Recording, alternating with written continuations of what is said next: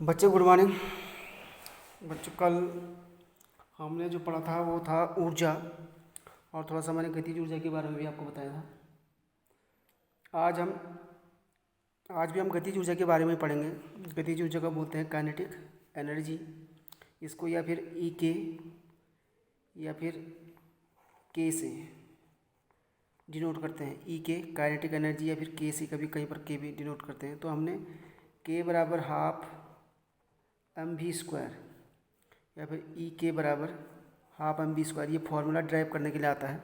ठीक है, तो उसके बारे में हम जानेंगे आज। तो गतिज ऊर्जा मैंने कल बताई थी आपको कि किसी वस्तु में क्या होती है, आपकी गति के कारण कार्य करने की जो क्षमता होती है वो गतिज ऊर्जा या फिर काइनेटिक एनर्जी कहलाती है।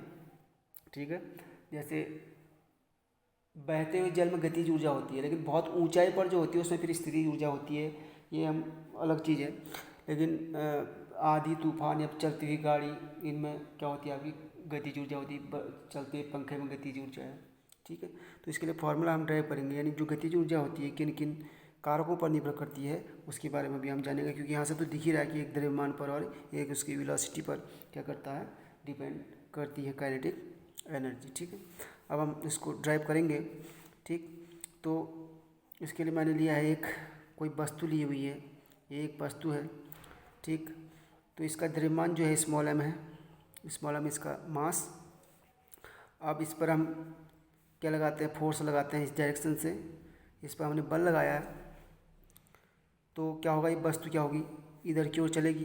तो क्या होगा, माना ये वस्तु कहाँ पहुँच जाती है, बल लगाने के बाद यहाँ पहुँच जाती है।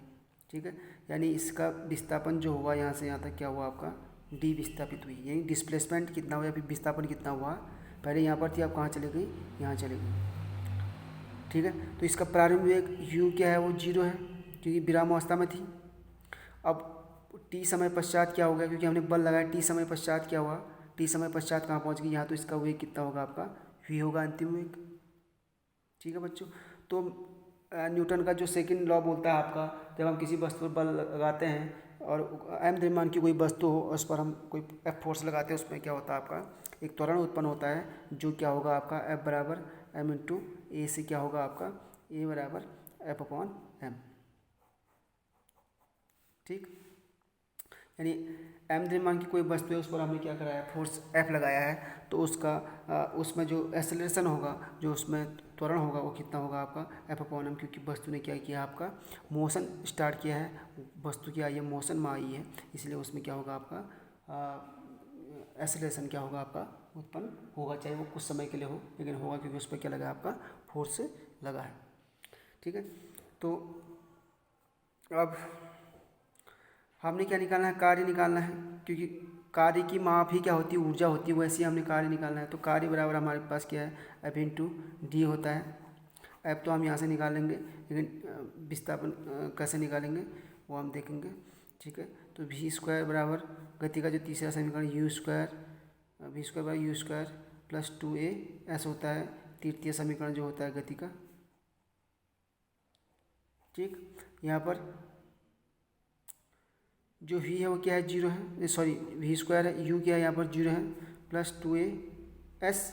तो यहाँ से वी स्क्वायर बराबर क्या आ जाएगा, आपका 2a एस, यानी एस बराबर क्या हो जाएगा, आपका वी स्क्वायर अपॉन 2a। ठीक, एस के एस यहाँ पर एस लिखेंगे हम, इसको हम एस ले लेते हैं तो ठीक रहेगा, कंफ्यूज नहीं होगा। ठीक, डिस्प्लेसमेंट।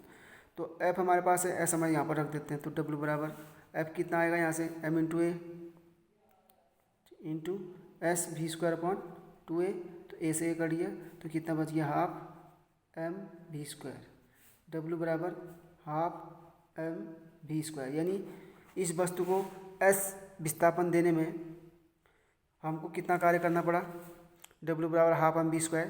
तो यही क्या होती है, आपकी गतिज ऊर्जा होती है, यानी के बराबर हाफ एम वी स्क्वायर। इसको हम ई के बराबर भी लिख सकते हैं, हाफ एम वी स्क्वायर। तो इसका मतलब क्या, गतिज ऊर्जा क्या होती है, आपकी दो कारकों पर निर्भर करती है, एक तो द्रव्यमान पर, दूसरा आपका इसके वेग पर। वेग पर ज़्यादा करेगी क्योंकि वो स्क्वायर में है। ठीक है।